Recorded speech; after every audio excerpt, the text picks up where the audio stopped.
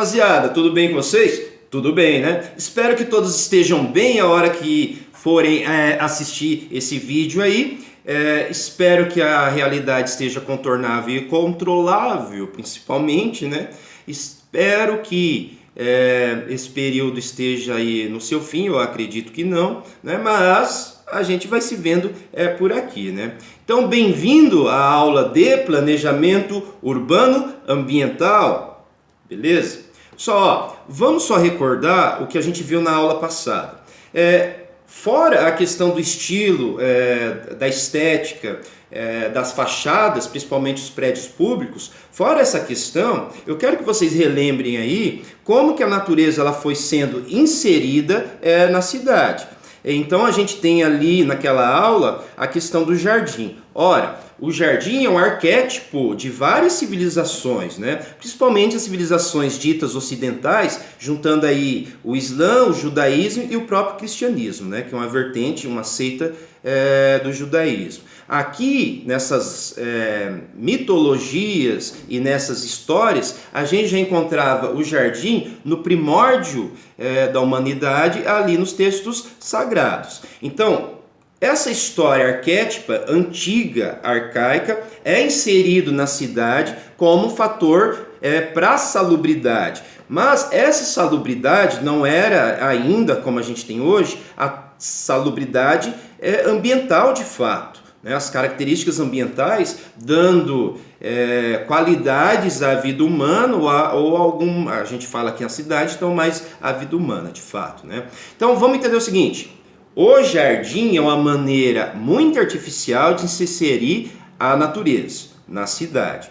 Pessoal, então vamos sair dessa parte e agora a gente começa a falar da natureza e da cidade propriamente, porque hoje, aqui eu não vou atropelar aqui o assunto, mas a gente tem que lembrar que a cidade é o antônimo da natureza. A cidade está do outro lado numa escala de transformação da natureza, né? Mas ainda a cidade engloba e está, digamos, engloba e tem o globo em volta dela, digamos assim, que são sistemas naturais. O que sobra e o que resta desses sistemas naturais é o que a gente vai ver hoje, tá?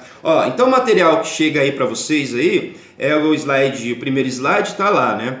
É só a capa. Deixa eu dar uma aumentada aqui, tá, gente? Só aí. Então é a capa da aula. Ali eu coloquei a figura da capa de um livro chamado As Três Ecologias. Nas Três Ecologias, e os autores são o Guattari e o Félix Guattari, e esqueci o nome do outro agora, tá? Beleza, o Guattari, então, ele nos traz uma visão bastante...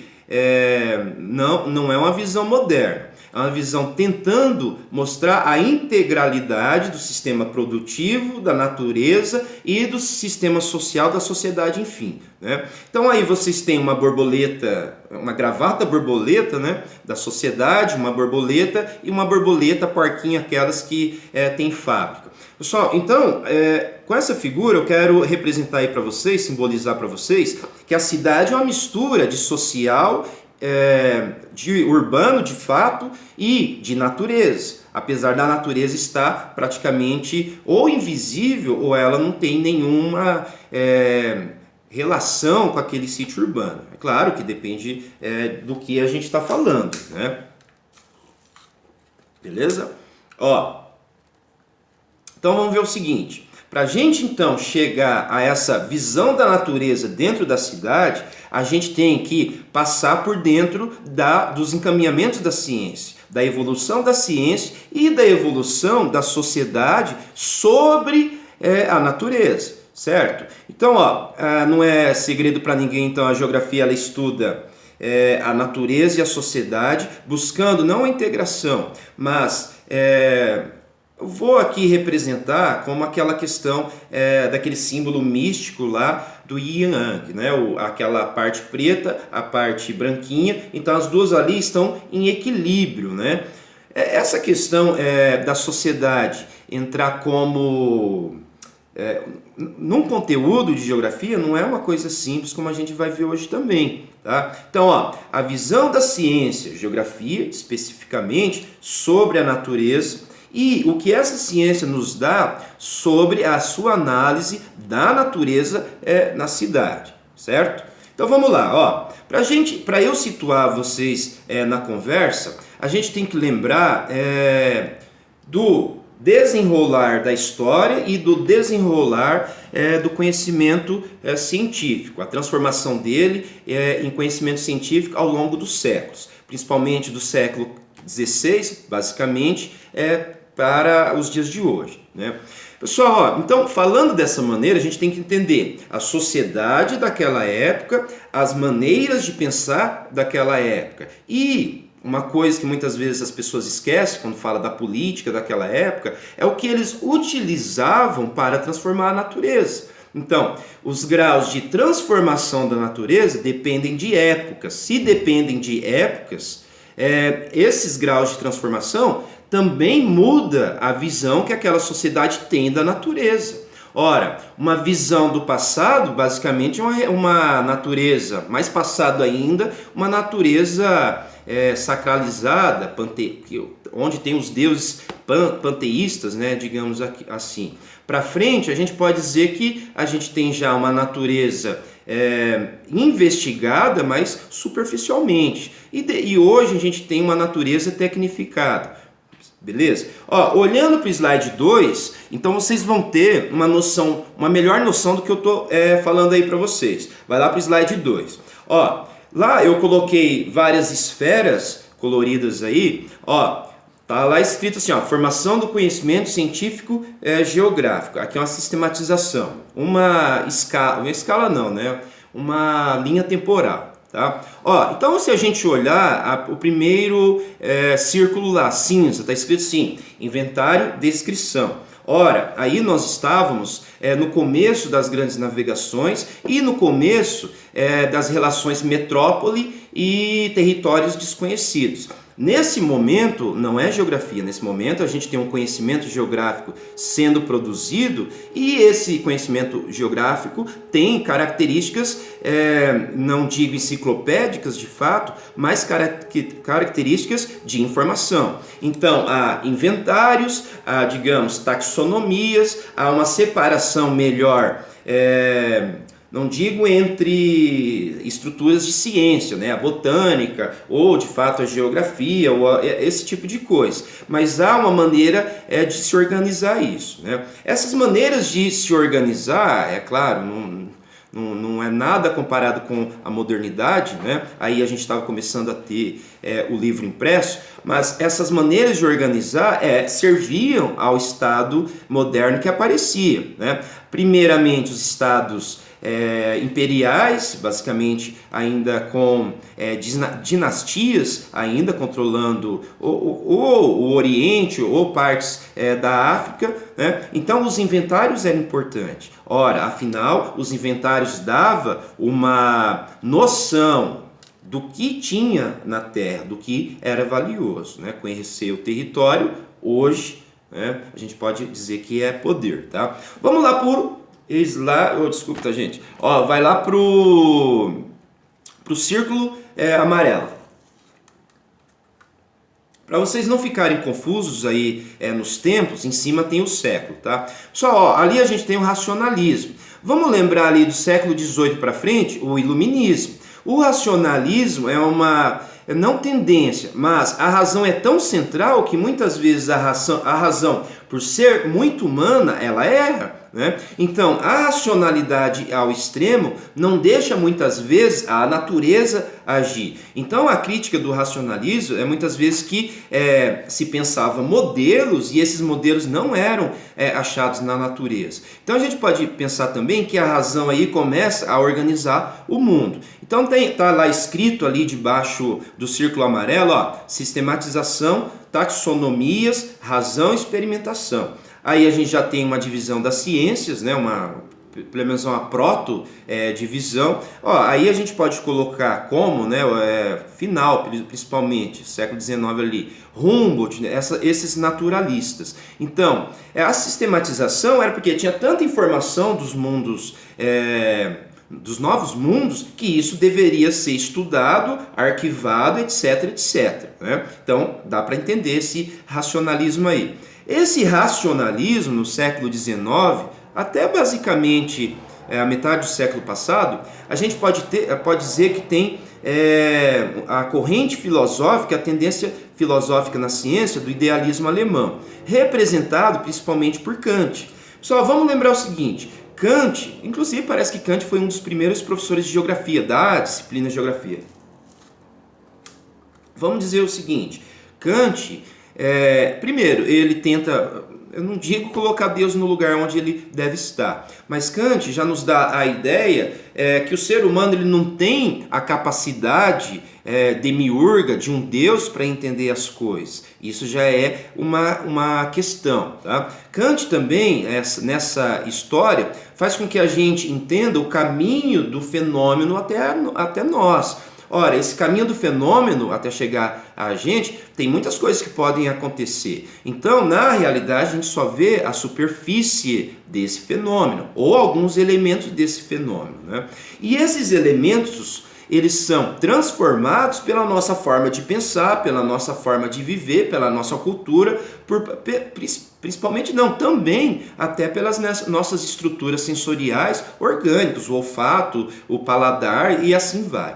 Então, isso significa que olhar para os fenômenos é saber também que nós estamos distorcendo ele. E para quê? Para a gente absorver esses fenômenos, já que nós não somos deuses, né? Essa é uma ideia central. Então, o idealismo alemão, também criticado, né? Mas aí a gente tem então a especialização. O que é essa especialização? Ora, então a gente tem a informação, depois a organização dessa informação no racionalismo, depois a gente tem o seguinte: vê-se que o mundo moderno, aí nasce o mundo moderno de fato, que o mundo tem que ser dividido em coisas para se estudar melhor essas coisas, né? O princípio cartesiano, você separa em partes para estudar essas partes, né? Ora, essa questão de fragmentar o mundo não era era um problema para quem estava no passado. Humboldt ia ter muita dificuldade em fragmentar o mundo. Então aqui a gente tem a formação das ciências e das disciplinas científicas. Então a botânica se divide em vários ramos, né? O caso, a biologia se divide em vários ramos, a geografia em vários ramos, que seja a geologia, a história e assim por diante. Então a gente tem uma especialização. Essa especialização, como a gente vai ver, nos traz um problema para a geografia e você já deve saber qual é, né? Então vamos só lá para a questão da modernidade, o neocantismo. Claro, não se abandona a ideia que nós não podemos saber a totalidade, só pessoas iluminadas, até mesmo das religiões, ou até um Einstein, que consegue perceber a totalidade além da sua psique e dos seus instrumentos sensoriais. Então, raramente nasce um humano assim, certo? Então, é isso que eu quero que vocês entendam aí, tá? Então, esses fenômenos na modernidade, então vamos ali para a função. Pessoal, então, a função passa a ser o centro das atenções porque é necessário produzir. Ora, a função é o encadeamento de processos que faz a máquina do mundo girar. Né? Se a gente olha então para o século ali, 1880 para frente, a gente tem as grandes invenções do século, o avião, o automóvel, a linha férrea e assim vai. Então aqui nós temos uma instrumentalização da ciência. Pessoal, lembrando, ali está entre guerras. A gente pode dizer que pós-guerra a gente também tinha essa questão da função. A função então nos lembra o pragmatismo. A geografia pragmática, ela existiu, principalmente depois, como eu estava chegando aí, ali depois da Segunda Guerra Mundial. Né? Geógrafos ingleses pensaram outras maneiras de organizar as cidades para fazer com que esses territórios desarticulados na guerra voltassem a ser articulados. Né? Dudley, eu acredito que é o Dudley, agora não vou lembrar corretamente o nome dele, né? Mas é Dudley, algum sobrenome, é um desses geógrafos ingleses pragmáticos. Tá? A pós-modernidade, como a gente está nela, é difícil da gente entender. Mas a gente pode dizer assim, gente. que a pós-modernidade inventa mais instrumentos. Então a gente tem o meio ambiente, a gente tem o discurso, a gente tem a imagem. Isso tudo interfere na percepção do tempo e do espaço. A pós-modernidade, como a gente tem uma ciência, a geografia ainda está caminhando na contemporaneidade e se tornando pós-moderna, a pós-modernidade a gente não consegue ver isso de fato, tá? Ó, vamos lá para o slide, beleza. Ó, a questão do idealismo alemão ali e da especialização, né, tá escrito assim, ó, estuda as relações harmônicas, o romantismo, né, mas ó, embaixo está escrito assim, ó, especialização, tá? Ó, a especialização nos vai dar então uma separação dos termos, o que é assim que a gente pode chamar purificação dos termos, né? Bruno Latour, em um livro chamado Jamais Fomos Modernos, diz que a modernidade ela vai separando as coisas do mundo. As plantas estudadas pela botânica. Dentro da botânica tem um ramo que estuda as plantas aginospermas, por exemplo. Então, ó, cada vez que a gente avança na modernidade, a gente prolifera criações e mais ciências para estudar essas coisas que a gente cria. Vocês estão entendendo? Então, vamos pensar o seguinte: a proliferação de disciplinas nos deu uma proliferação de objetos, né? Então há a gente pode dizer aí, uma retroalimentação, digamos, né? Então, e na questão do Bruno Latour é o seguinte, que e é o caso agora desse vírus aí, gente. A gente separou demais o mundo e estamos pagando caro, digamos, né? Que por exemplo, a China é um sistema capitalista no mundo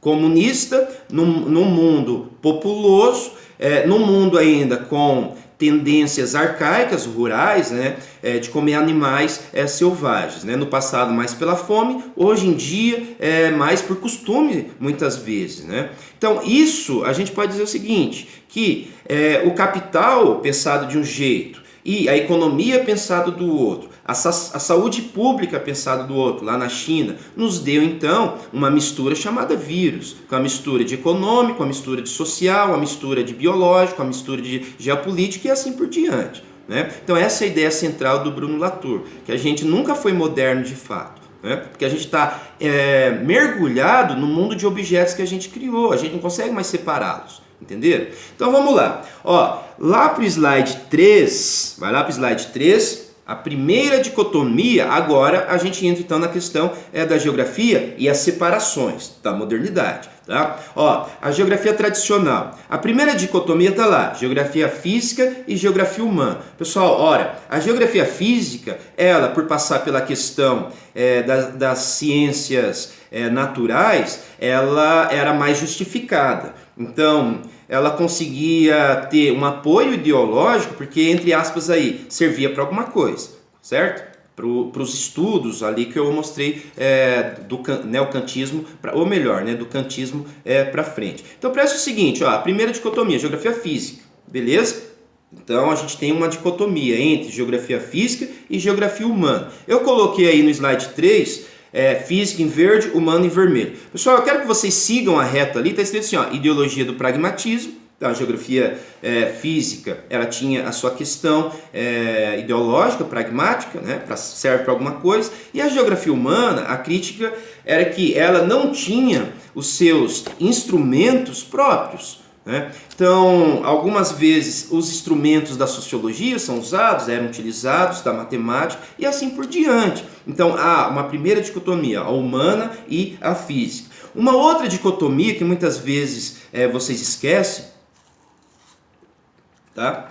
É a questão da dicotomia de escala. Uma escala global é uma geografia geral, e ali está lá embaixo, ó, escala global. A escala regional e a escala local. Pessoal, a questão da geografia foi, no começo do século XX para frente, final do 19, começo do 20, achar avalizar como se isso fosse possível, né? A gente chama de forçar, né, a barra. Mas avalizar o estudo. Então, houve alguns problemas epistemológicos, alguns problemas de conceitos. Mas, então pensa o seguinte, a geografia geral, ela estuda uma generalidade.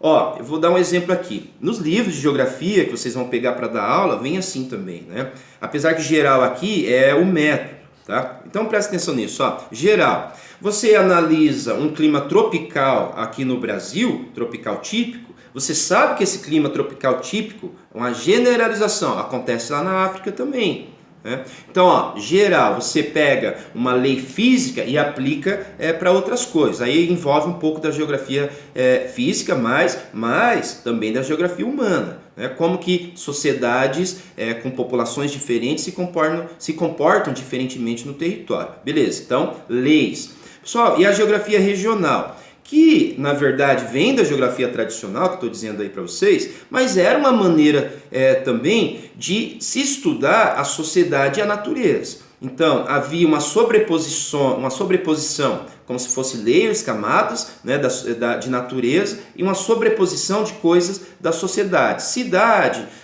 ferrovias e tal, montanhas, tá? Então há uma sobreposição aqui, certo?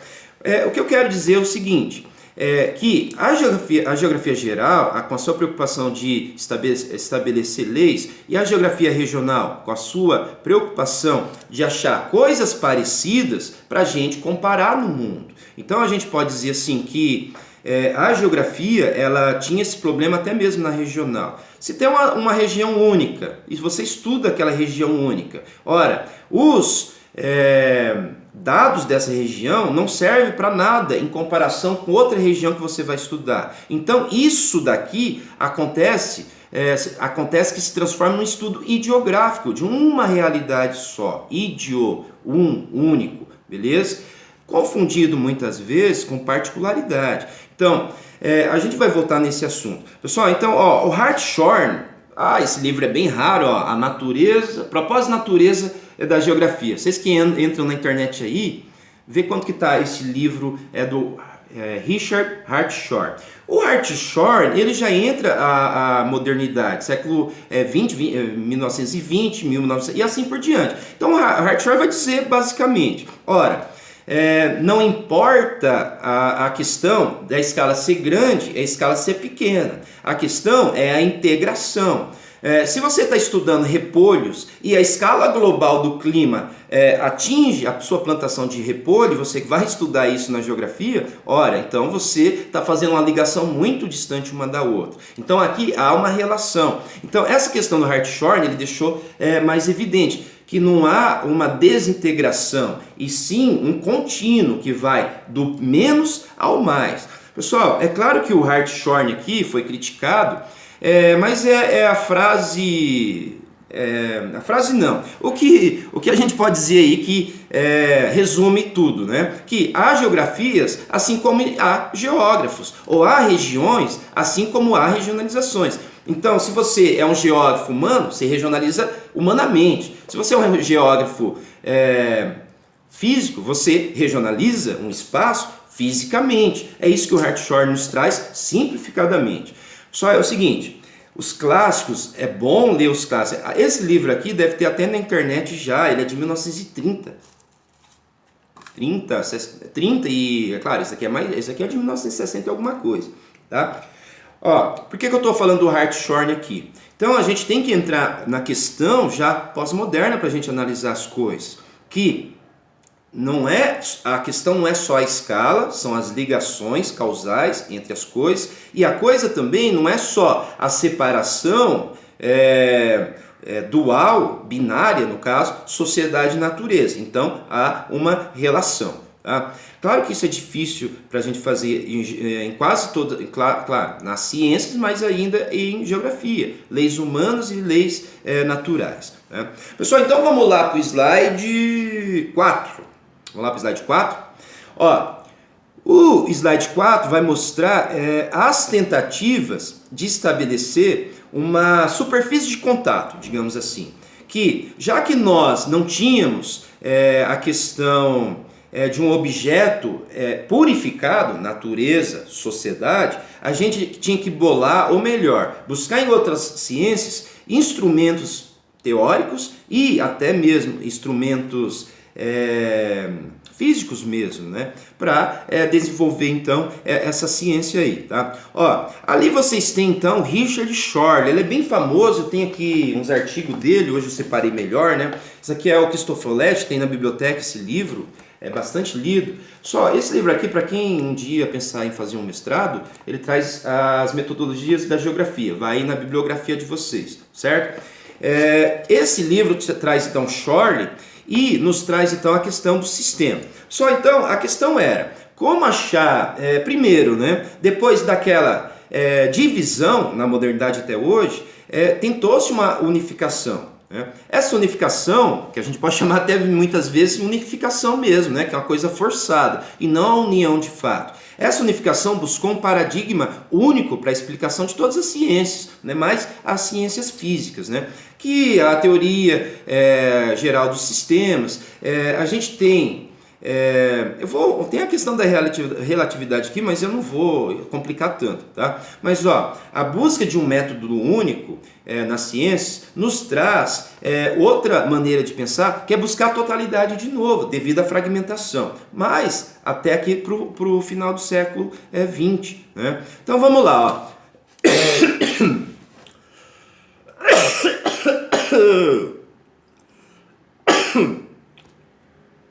Ótimo.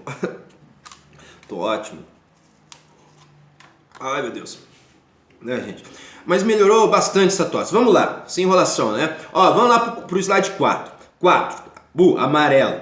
Ó, tá ali escrito assim, sistemas em geografia. O Shorley, que eu estava citando para vocês, ele na verdade foi o primeiro a citar e a usar a questão do sistema, certo? Mas quando vocês olham do ladinho ali, tem um senhor com cachimbo na boca, deve ter morrido de câncer, o Karl Sauer, vocês vão perceber que na obra do Sauer, você já deve ter tido um pouco de geografia cultural, que nós temos ali o substrato geográfico, que não é uma coisa à parte, é uma coisa que participa dos modos e dos hábitos daquelas pessoas, né? Se a gente olha para o Nordeste brasileiro e a gente vê a casa feita de pau a pique, taipa. Se a gente olha para os povos do Sahel, em algumas partes da África, a casa feita de pau a pique, taipa também. Se a gente olha para os índios, que foi o caso do estudo do Sauer também, as suas construções também de taipa, né? Digamos, pau a pique também. Ora, aí é uma relação causal entre o deserto, já que chove pouco, você pode fazer uma casa de barro, né? E o que se encontra ali no deserto para fazer uma casa? Pouca madeira e barro, né? Com a pouca chuva que chega. Né? Pensando dessa maneira, principalmente no semiárido. Então pensemos dessa forma. O substrato, ele... não vamos usar palavras muito da filosofia dialética, mas ó, ele interfere no modo das pessoas utilizar e esse modo volta novamente para aquele hábito. Né? Então há uma retroalimentação, digamos, nessa maneira aí. Aqui eu quero dizer o seguinte, tem um Richard Short, simpático ele, né? Que a gente, em geografia, buscou, então, uma integralidade. Né? E essa integralidade passa em atribuir e trazer a questão dos sistemas espaciais, ou dos sistemas geográficos. Tá? E é isso que a gente vai chegar hoje. Ó, então tá lá o Richard Short. Vamos lá para o slide 5. Só, no slide 5, só um parênteses aí, que eu acabei de explicar. A relação causal entre a taipa e o semi-árido, né? A relação causal entre algo pontual, que é a casa, e algo muito grande, que é uma região toda semiárida. Né? Então é isso aqui que o Hart Shorn, aí tem a foto dele, ele morreu em 1992, né? Quis dizer que dependendo da análise, então você tem recortes mais humanos ou mais físicos e assim vai. Tá? Então, ó, beleza? Só um parênteses no slide 5, vai lá para o slide 6. Pessoal, mas olhando para o slide lá do... Como é o nome dele mesmo? O Shorley. Ó, olhando para o Shorley, ele vai lembrar também a questão da conectividade. né? Então, o Sauer, a questão da conectividade, o Shore, oh meu Deus, o Shorley, também a questão da conectividade. Né? Então, ó, o slide 6 só nos traz a questão que era a união, certo? A conexão sendo o elo epistemológico, pense bem, gente, ó, o elo de funcionamento de uma ciência, o elo de funcionamento da realidade. É só um esquema isso. Porque pensa o seguinte, as pessoas estão em conexões, essas relações são espaciais, então tudo é espacial e está conectado. Então a geografia se apropriou disso, né, da questão da análise de sistema e, claro, a teoria geral dos sistemas, não é o nosso caso aqui, que é outra coisa que eu vou falar outra aula, tá? Ó, então vamos lá, o slide 6. Vou ler esse slide aí para se situar, né? Hoje estou gravando à noite, por isso que eu tô assim, com essa cara meio de sono, né? Pessoal, então, ó, a gente tem ali, tá escrito assim, análise dos sistemas e teoria geral dos sistemas. Ó, o princípio básico do estudo dos sistemas é o da conectividade, né? Como disse Harvey, a realidade é infinitamente complexa nas ligações entre as variáveis, mas a análise sistêmica nos fornece uma abstração cômoda. Aí a gente tem um pouco do idealismo alemão, um pouco do idealismo kantiano, que é a questão que é uma abstração para você entender a realidade. Então, gente, e é isso que é importante na ciência, você entende um conceito. Esse conceito, ele é uma coisa muito simples. É esse conceito que é simples que explica uma realidade complexa. Então, ó, essa abstração já faz parte do idealismo, para a gente absorver a realidade já sabendo que essa realidade vai chegar até nós por olhos humanos, por mãos humanas e por histórias humanas, de fato. Né? Então vamos lá, ó. Então beleza, a gente tem ali a abstração cômoda. É isso que eu quero que vocês entendam aí, né? É uma abstração. Uma abstração que ajuda a entender a natureza e a sociedade. Ora, coisas que estavam separadas na geografia humana e física. Então, muitas vezes esses estudos serviram para conectar as coisas. Muitas vezes, de fato, muitas vezes forçosamente, mas de fato a gente tem aí essa teoria, né? Essa conectividade. Ó, vamos lá para o slide 7. Vamos lá para o slide 7. Pessoal, ali no slide 7 eu coloquei um sistema, vocês vão entender melhor aí quando analisar o slide 7. Esse sistema aí, ele é frágil, né? A gente está vendo que ele tem vários gargalos, né? A gente pode dizer dessa maneira. A gente pode dizer que ele tem vários problemas visivelmente, né? Mas o que eu quero dizer também, o sistema é composto por partes. Essas partes, elas reagem diferente porque estão dentro do sistema. Essas partes também podem ser diferentes, certo? Ó, então o sistema, ele é composto por ligações, correto? Partes, ligações entre essas partes. Esse conjunto nos dá os sistemas, certo? Pessoal, então ali a gente tem a entrada de água num cano e a saída de água em outro cano. Então, a entrada de água fora do meio ambiente aí desse sistema. E a saída de água também fora do meio ambiente desse sistema. A questão é o seguinte, o desenrolar disso é outro sistema. Então a gente tem um alinhamento de sistema que vai se transformar, na verdade são cascata, né? Sistema em cascata, que é o caso aí do sistema de água e esgoto de uma casa. Que a ligação longínqua vai nos dar ali numa barragem, né? Num reservatório e o seu tratamento de água, e do outro extremo a companhia de abastecimento tratando essa água, então os dejetos, né? Então ali a gente tem um sistema que é fechado, basicamente, que aí mostra então o ciclo da água aí, né? Então entrada da água e saída da água, tá? Deixa eu pegar aqui a água. Vai demorar um pouquinho mais essa aula aí, mas espero que na próxima aula estejam os conceitos bem visíveis, tá? Ó, então a gente está ali no slide 7, então é um sistema básico, né? Não tem muito mistério, né, gente? É uma abstração muito simples, tá? Vai lá para o slide 8.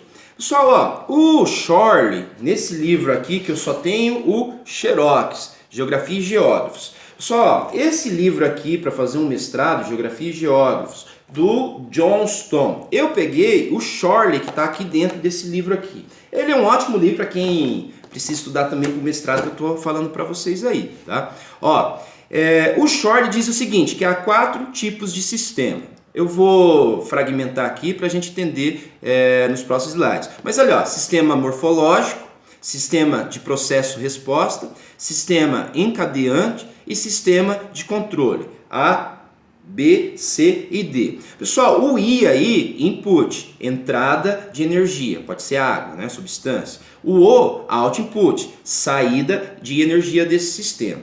Ó, eu vou fazer aqui como se diz, uma explicação melhor do que o Chorley chama, por exemplo, no slide 9. Vai lá para o slide 9, beleza? Ó, o que o Chorley chama de sistema morfológico?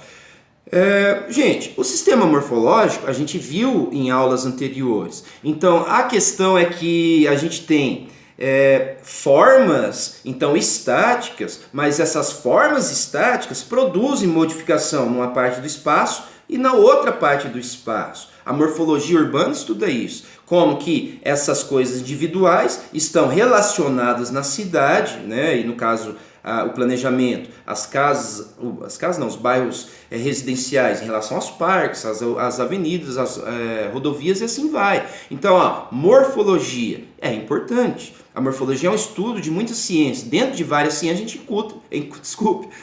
gente encontra os estudos morfológicos. Então aí a gente tem A, B, C, o estudo morfológico. A forma pode ser uma montanha, pode ser uma vertente e assim vai, certo? Com as suas formas. A cidade é um sistema morfológico. Tá? Então vamos lá eu quero dizer o seguinte, o sistema morfológico ele é estático e é o espaço.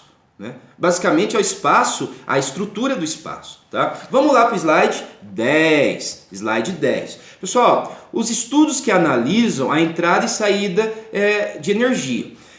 Gente, então, se a gente está definindo os componentes, esses componentes podem ser várias coisas, mas é o seguinte, cada componente é responsável pela transformação de algo no sistema, certo? Então, vamos entender o seguinte, estudos que analisam a entrada e saída de energia. Pessoal, quando a gente olha para uma vertente acontece isso, eu vou mostrar ali para vocês. Mas já vou mostrar, só deixa eu dar uma organizada aqui, gente, para eu chegar na parte.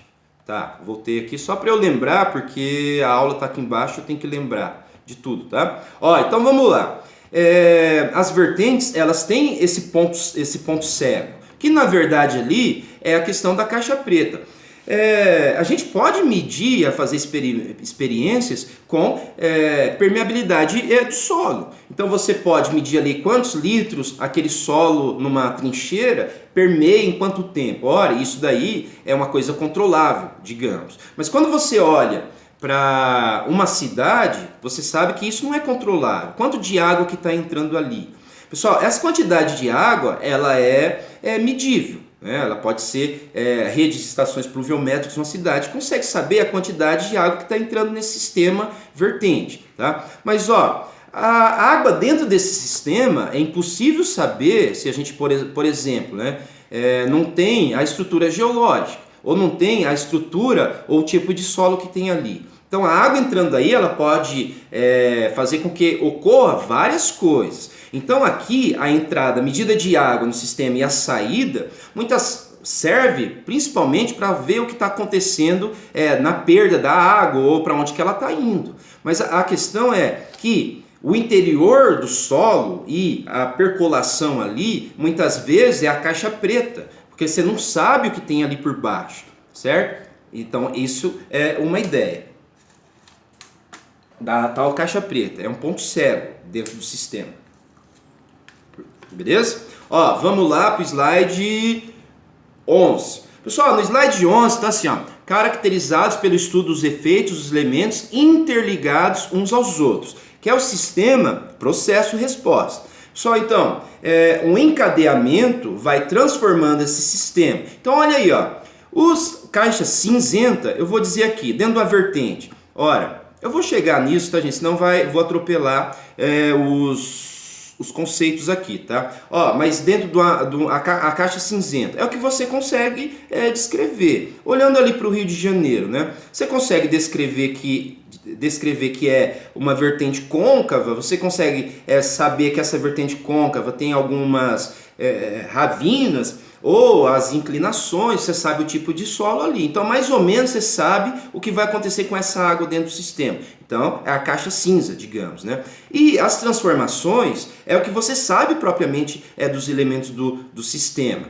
Ora, se entra 1 litro d'água, sai 900 mililitros d'água, a gente sabe que 10 foi para a atmosfera, evaporou. Então você tem que colocar isso na conta. Então a caixa branca é uma coisa fácil de se saber, né? Então é uma coisa mais matemática, é uma questão até assim da função do sistema, né? Essa questão da água entrando no sistema, vocês entenderam bem, né? Que entra água, sai água e você consegue saber então a quantidade ali, tá? Ó, vamos lá para o slide 12. Será que eu falei o 12, gente? Não, falei o 11.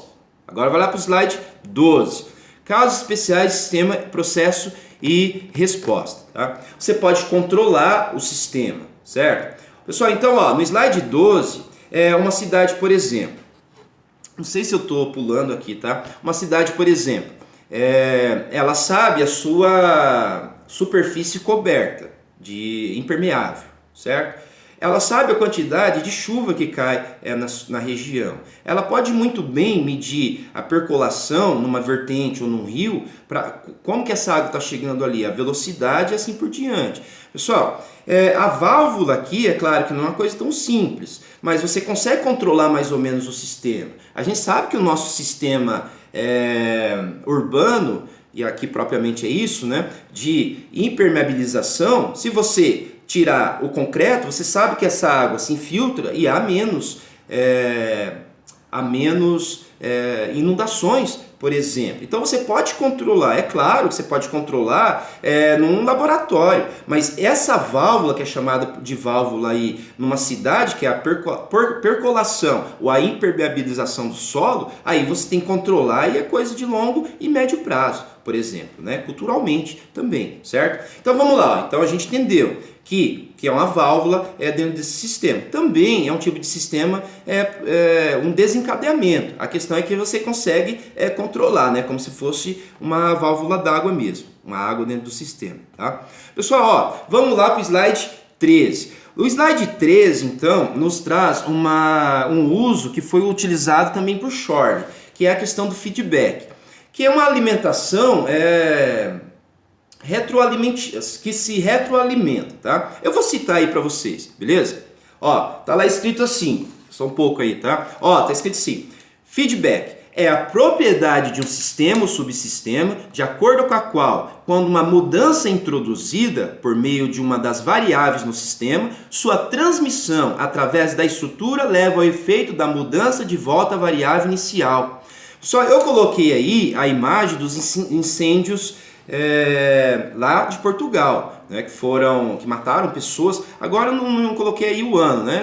Parece 2 anos atrás aí, certo? Pessoal, o que aconteceu ali? Primeiro, era uma região urbanizada. Essa região urbanizada tinha muitas plantações de eucalipto.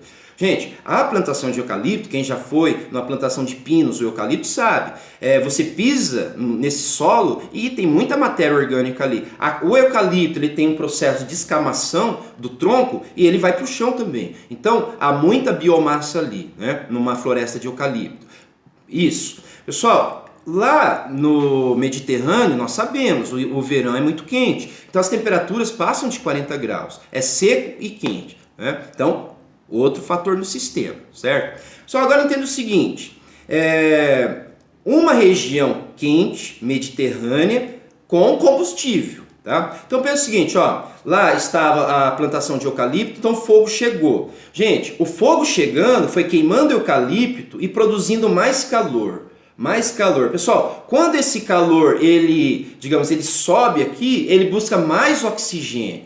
É aquela visão que a gente tem de uma casa pegando fogo. Que quando você abre, o ar vai para toda essa casa, porque dentro dessa casa está a pressão baixa. Então ali no incêndio se formou a pressão baixa. Essa pressão baixa começou a buscar mais ar, oxigênio, e foi alimentando esse incêndio. Aqui nós temos então a questão do feedback, que o sistema se retroalimentou, né, com os fatores aí, plantação de eucalipto e, no caso, clima mediterrâneo, duas coisas que basicamente ficam separadas, digamos, se encontraram. Né? Então, o feedback é isso. Então, ali foi um incêndio de um sistema em feedback, beleza? Tomara que isso vocês conseguiram entender aí esse exemplo meu, tá? Pessoal, ó, o feedback tem o feedback positivo, que nos dá a tal da morfogênese, ou melhor, morfogenética, criação de formas. Se são formas, são elementos diferentes. Formas diferentes, funções, né? Funcionamento diferente, tá? Morfogenético, teve uma teoria pseudocientífica, mas a morfogênese é a criação do mundo de fato, né? Aí a cidade ela tem a sua morfogênese, a sua forma se autorregula, digamos, né? Não sei se eu consegui passar essa questão da cidade, tá? Mas isso vai ser melhorado. Pessoal, ó, tanta máscara, né? A gente coloca, vai lá, ó. Feedback positivo, característica morfogênica, criadora, mudando suas características à medida que o sistema evolui para outro sistema. A gente vê isso muito em sistemas florestais. Pessoal, tem uma questão chamada efeito de borda. O efeito de borda, então a gente tem lá uma floresta. Na borda dessas florestas, aqui o meio ambiente é diferente, ou melhor, né? O clima, a vegetação começa a se transformar diferente. Por exemplo, né, tem uma soja de um lado e uma floresta do outro lado. A borda da floresta ela vai ser uma mistura de floresta e de milho, digamos. Né? Então, o efeito de borda é aí ainda o sistema resistente, digamos. A floresta ainda vai, resiliência, né? A floresta ainda vai vencendo. Pessoal, quando esse efeito de borda e o milharal, ou tem poluição, ou tem uma seca e tal, o efeito de borda, a borda da floresta, ela vai alargando dentro da floresta, certo? Ali nessa borda pode aparecer mais plantas rasteiras ou mais, digamos, plantas, eu posso dizer aqui de plantas pioneiras. Então a dinâmica é diferente, com temperatura diferente, com vento diferente nessa borda, com umidade diferente, assim vai. Só vai chegar um limite que esse sistema não aguenta mais e muda para outro sistema. Então há um ponto de resistência, esse ponto de mutação, que a gente pode chamar aí, que vai para um sistema de feedback positivo, né? Eu vou melhorar isso nas próximas aulas, tá? Certo? Ó, então vamos lá para o feedback negativo, a autorregulação e estabilidade. A competição, aqui eu coloquei um exemplo de um ecossistema também. Claro, aqui é mais hipotético, eu estou falando que é uma abstração, gente. Mas a gente vê isso, né, no nosso grande sistema capitalista. Deixa eu arrumar essa barba. No grande sistema, sistema capitalista, que nos envolve. Pessoal, pense bem, ó, a competição excessiva em um espaço delimitado estabiliza a própria competição.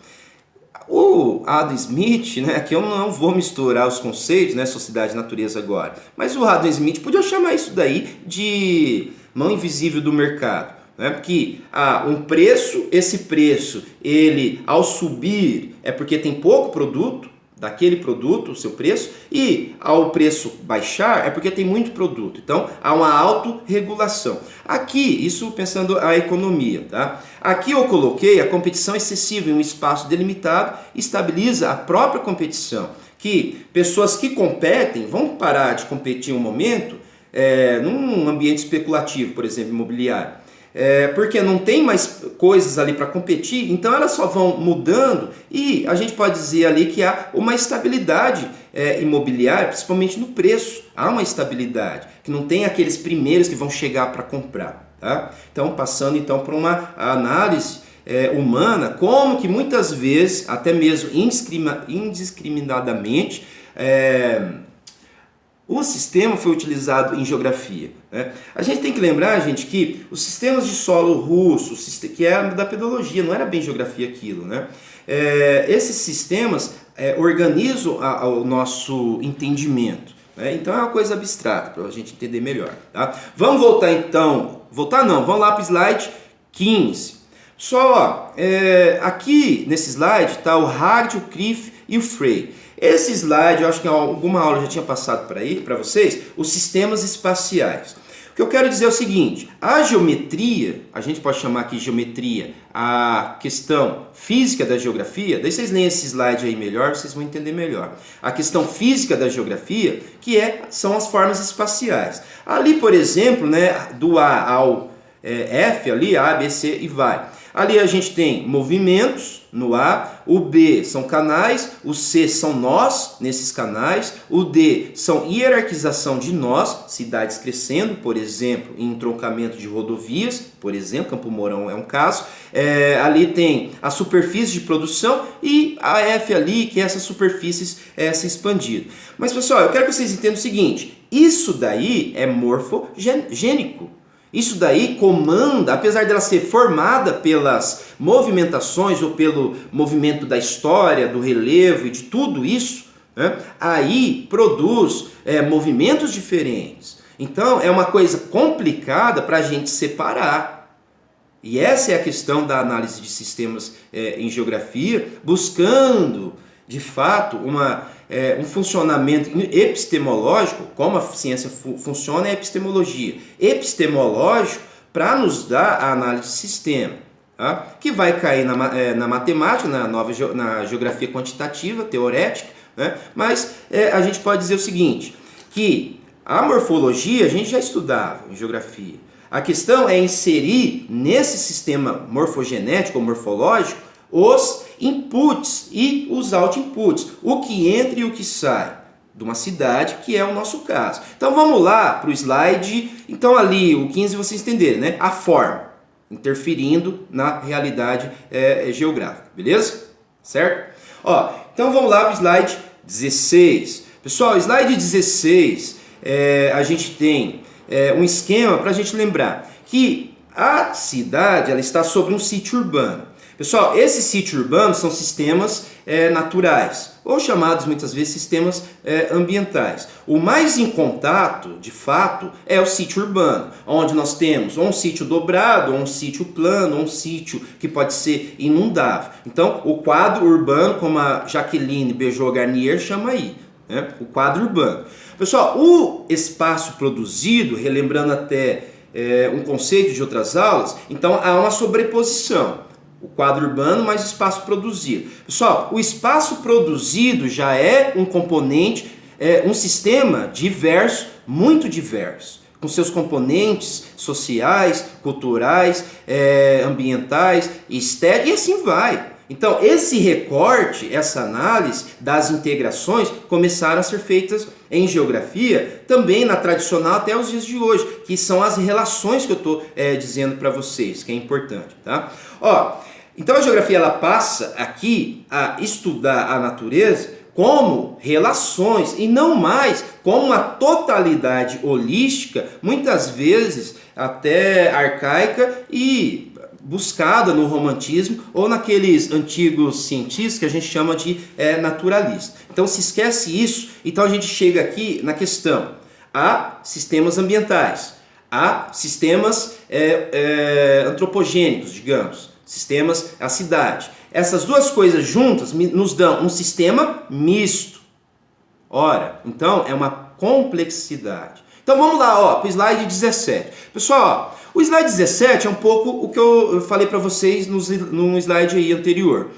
A caixa preta de um solo, como vocês estão vendo aí no caso é um sistema vertente. A água entra ali, a gente sabe a quantidade de água que sai ali. A perda de água na evapotranspiração das plantas no caso, ou a evaporação de fato, a água que se infiltra aí vai sair água. Esse sistema é capaz de mostrar a quantidade de água que sai desse sistema aí, né? Então há um input. Só o risco está aí.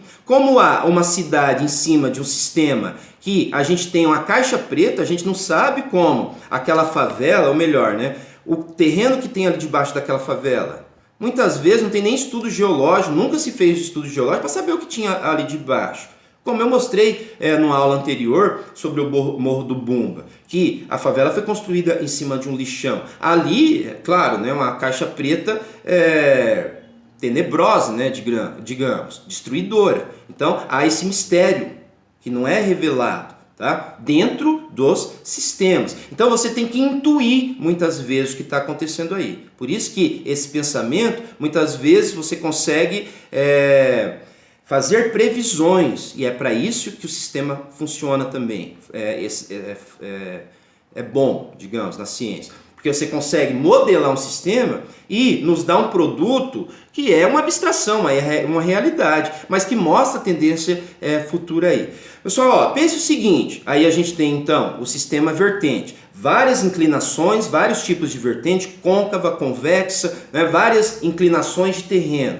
Uma favela aí em cima, caixa preta, tudo é caixa. Então é um ponto cego a favela, em áreas de escorregamento ou desabamento de morro. Tá? Pessoal, vamos lá para o slide 18. O slide 18, uma coisa mais tênue, né, mais fácil aí de entender, é que muitas vezes o sistema urbano é construído, as ruas, né, as casas, tudo, essa coisa da cidade, é construída em cima de um terreno que não suporta uma cidade. Né? Que é o caso ali do interior do Paraná, no noroeste, onde nós temos o arenito. Então eu só passei uns slides aí para vocês entenderem que dá para antever, como no slide 18, o que tem ali debaixo do arenito, certo? Do solo de arenito. Ali a gente encontra uma formação em pipe, né, que são tubos de corrosão interna do arenito. Isso daí mais ou menos, então aí a gente já tem uma caixa mais ou menos cinza. Mas a cidade construída aí em cima, por exemplo, pode gerar uma bossoroca. A gente vai dar um pulo aqui no slide, tá, gente? Ó, vai lá para o slide 20. Ali nós temos então o estádio de Paranavaí sendo construído dentro de uma bossoroca, que é um sistema vertente que foi totalmente desarranjado, nos dando um desequilíbrio. Ora, a vossoroca um dia vai entrar em equilíbrio, a gente sabe disso. Mas enquanto ela não entra em equilíbrio, ela vai, a montante, derrubando tudo na frente. Então as cidades do noroeste têm isso daí, uma relação muito ruim com o sítio urbano e a proliferação da malha quadriculada que canaliza a água, fazendo com que essa água canalizada lá na periferia vá retirando o solo, produza então as vossorocas ou bossorocas, né? Então vamos lá para o slide, eu vou dar um pulo aqui, tá, gente? Porque algumas coisas eu já disse para vocês, né? Como eu falo para vocês, a dinâmica, sem vocês, então a gente dá uma acelerada ou uma desacelerada, tá? Ó, na verdade, slide 21 são imagens, então, que aconteceu em Angra dos Reis. O sistema vertente veio abaixo, né? Se colocou uma cidade sobre uma capa de neossolo, né? Esse neossolo sobre uma superfície impermeável, que normalmente assim no vulgo é chamado de lajeado. Então, essa capa de neossolo, quando ela está molhada, ela funciona como se fosse o neossolo, né? O neossolo escorregando sobre uma superfície lisa, que é ali, vocês estão vendo, então vão ver no detalhe do 22, a rocha exposta, né? Então, ó, não se sabia o que tinha ali, né, nas construções, por exemplo, né? Então, nem se busca saber, afinal a gente tem planejamento para o pobre, desorganizado, não e outro, ilegal. Como você vai fazer um estudo numa área ilegal? Então, há muitas coisas para chegar até você abrir as caixas pretas, beleza? Ó, então vamos lá para o slide 23. Pessoal, ó, slide 23, de novo o Monte Castelo, assustei você. Ó, de novo o Monte Castelo. O sistema clima urbano aí, o Monte Castelo, é a questão climática. Então, na próxima aula, a gente vai falar da questão climática, principalmente a questão tropical brasileira, e a questão das vertentes, também um aspecto tropical brasileiro. Tá? Então, ó, as cidades aí, eu só quis voltar ao Monte Castelo aí, porque aí vocês têm ambiente que pode ser até controlável. Claro, o telhado aí das casas, com aquele fibrocimento, ele absorve mais energia, certo? Então, ó, aí a gente tem um sistema clima urbano, que é o quê? Os componentes urbanos, os componentes atmosféricos, climáticos de área, ou melhor, né, azonal, certo? O clima zonal, no nosso caso aqui o subtropical, e essa questão. Então, como que isso entra na cidade e como que isso pode ser medido saindo da cidade? Como que a cidade pode ser vista, então, como um sistema, tá? Pessoal, então, ó, para a gente arredondar, vai dar uma hora certinha essa aula, hein? Ó, então, para a gente nos situar aqui, na próxima aula nós vamos ver como que os sistemas ambientais estão se transformando e fazendo com que a cidade seja transformada, beleza? Espero que tenha sido agradável aí para vocês, tá? Então, se ficou muito lento, ó, aperte o slow motion, tá? Pessoal, então é o seguinte, vou mandar as minhas energias aí para vocês estarem numa situação boa, né? Se não estiver, pensar positivamente, certo? Então nós ficamos por aqui, eu vou dar uma olhada, ó. Então nós ficamos por aqui, tá? Pessoal, obrigado, hein? Foi um prazer, hein?